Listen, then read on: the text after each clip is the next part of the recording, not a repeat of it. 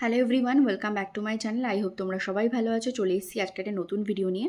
So আজকে আমি কিছু বিষয় তোমাদের সাথে রাখতে চলেছি, মানে আমি খুব তড়িঘড়ি নিউজটা পেয়েই তোমাদের কাছে দেওয়ার জন্য ভিডিওটা করছি। তো প্রথমে বলি, এই জন্য আজকে যদি একটু ভয়েসের কোনো প্রবলেম হয় তো একটু মানিয়ে নিও, কারণ আমি মাইক্রোফোন লাগাইনি, মাইক্রোফোনে কিছু প্রবলেম চলছে সেই জন্য। তো যেটা বলছি সেটা হচ্ছে, আহ, আমরা মোটামুটি প্রতিশ্রুতি শুনে সব কিছু শুনে সরকারকে, নতুন সরকার স্থাপন করেছিলাম। যারা চাকরি প্রার্থী আছে তাদের কথা বলছি, তাদের উদ্দেশ্যগুলোর কথা বলছি। কিন্তু আমি এক্ষুনি খবর পেলাম যে আবার প্রতিশ্রুতি বদল হয়েছে। আমাদের প্রতিশ্রুতি মতো কথা ছিল যে আগে যেসব ভ্যাকান্ট আছে সেইগুলো পূরণ করা হবে। তারপরে উনি বললেন যে 6 লাখ মতো চাকরি প্রার্থীদের চাকরি দেওয়া হবে, যেগুলো শূন্যপদ আছে সেগুলো দেওয়া হবে ডিসেম্বরের মধ্যে। তারপর শুনলাম 1 লাখ দেওয়া হবে, এখন শুনছি 1 লাখ দেওয়া হবে নাকি ডিসেম্বরে নয় মার্চে। তাহলে পর পর শুধুমাত্র উনি প্রতিশ্রুতি দিচ্ছেন এবং একটার পর একটা চেঞ্জ করছেন। আমার প্রথম কথা, প্রথম যে পয়েন্টটা আমি তোমাদের সাথে কথা বলবো, দেখো আমার এই ভিডিওতে তোমাদের সাথে সবার সাথে মতামত এক নাও হতে পারে, প্রথম কথাই বলে দিচ্ছি।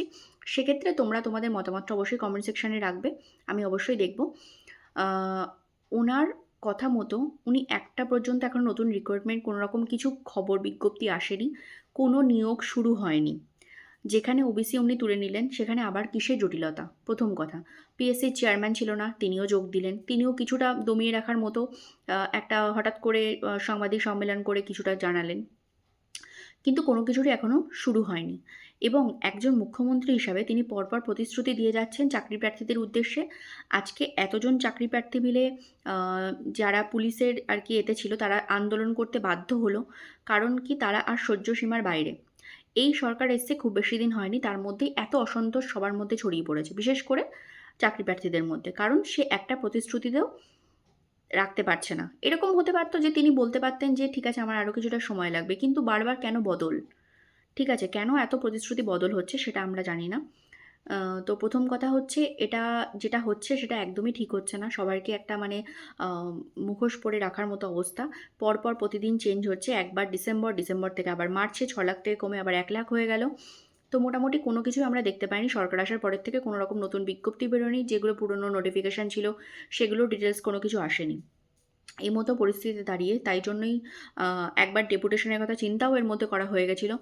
এত কম সময়ের মধ্যে এত অসন্তোষ ছড়িয়ে পড়ার একটাই কারণ হচ্ছে উনি যেহেতু কোনো রকম প্রতিশ্রুতি রাখতে পারছেন না।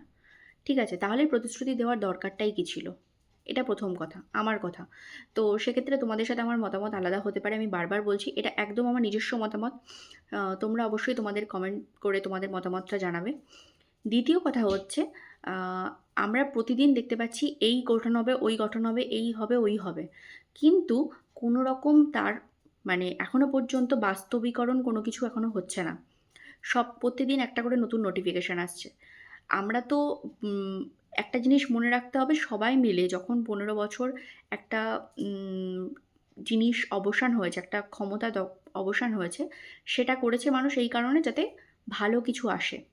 বিশেষ করে যারা অ্যাসপিরেন্ট, দীর্ঘ 2-3 বছর ধরে পরীক্ষা বন্ধ, 2023-এর পর থেকে ভালো করে কোনো পরীক্ষাও হয়নি, সেগুলোর ব্যাপারে আপনি লক্ষ্য না দিয়ে পরপর যদি প্রতিশ্রুতি বদল করতে থাকেন তাহলে কিন্তু খুব সমস্যার বিষয়। এটাও কিন্তু খুবই প্রবলেম। কারণ সবাই একটা ভালো কিছু পাবে বলে আপনাদেরকে নিয়ে এসছে, যাতে আপনারা সুষ্ঠুভাবে সেই জিনিসটা করতে পারেন। কিন্তু সেই জায়গায় দাঁড়িয়ে মানুষ এখন হতাশ। এরকম আমরা কিন্তু আশা করিনি। ঠিক আছে? তো যাই হোক, আমি খবরটা পেয়ে সত্যি খুব মর্মাহত, মানে এরকম হওয়ার কথা ছিল না। এরকমভাবে যদি পরপর পিছোতে থাকে তাহলে সত্যিই খুবই বাজে ব্যাপার হয়ে যাবে। জানি না এটা শেষ কোথায়, হয়তো আবার সেই পিএসসি আন্দোলন ডেপুটেশনের মাধ্যমে আবার নামতে হবে, কি মেল ক্যাম্পেইন করতে হবে। যাই হোক, তোমরা তোমাদের মতামত অবশ্যই কমেন্ট করে জানিও। তো থ্যাংক ইউ সো মাচ সবাই ভিডিওটা দেখার জন্য।